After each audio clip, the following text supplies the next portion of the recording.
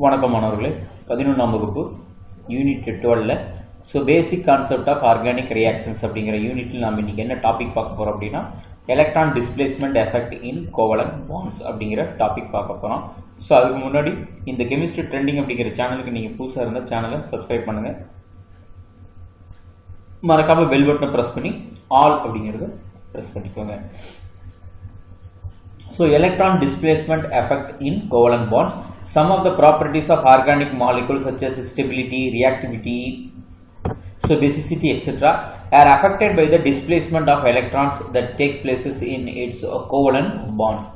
So this movement can be influenced by either the atoms or groups present in close proximity to the bond or when a reagent approaches a molecule.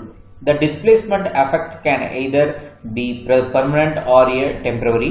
In certain cases, the electron displacement due to an atom or an substituent groups present in the molecule causes the permanent polarization of the bond, and it leads to the fission of the bond under suitable conditions.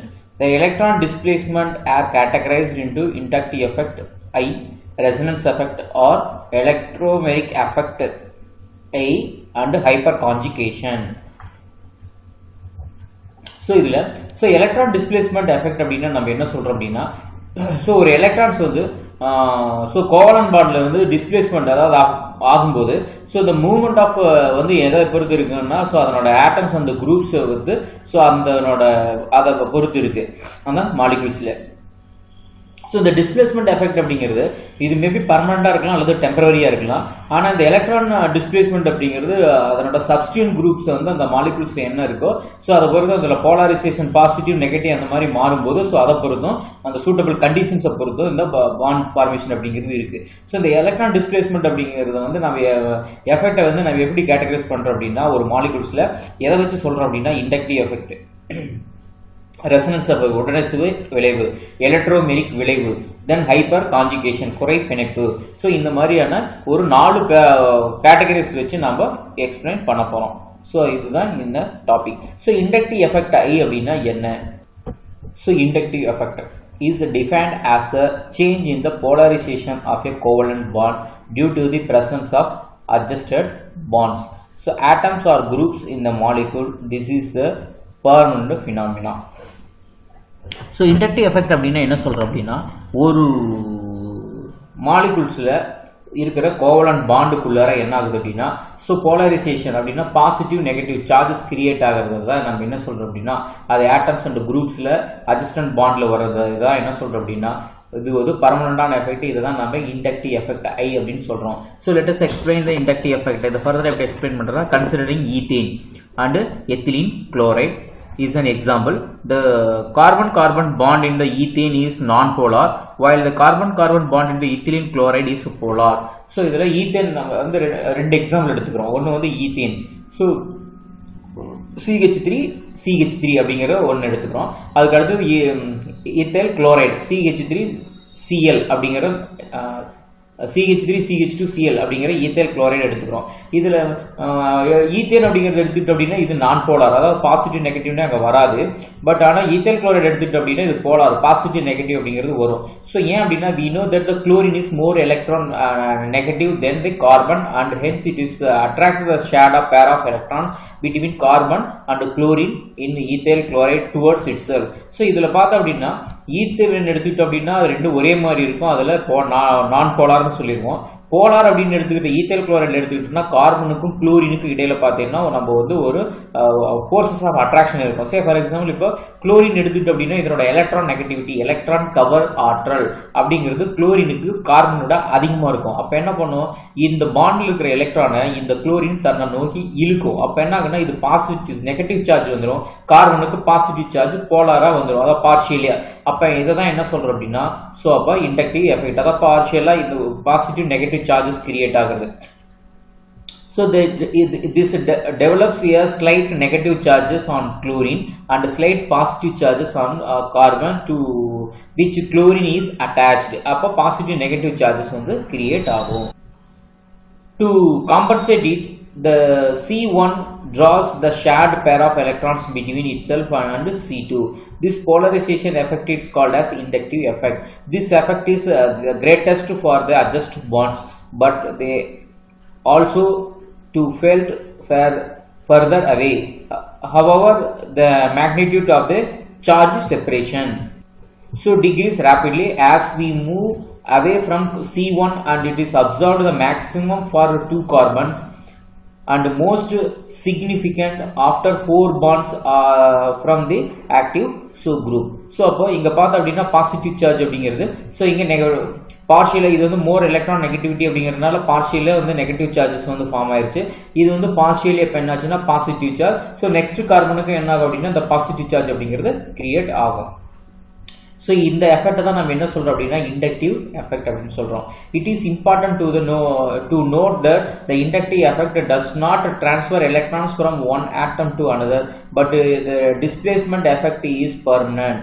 This inductive effect represents the ability of the particular atom or a group to either withdraw or donate electron density to the attached carbon.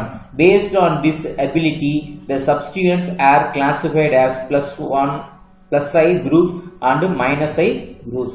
The ability to release or withdraw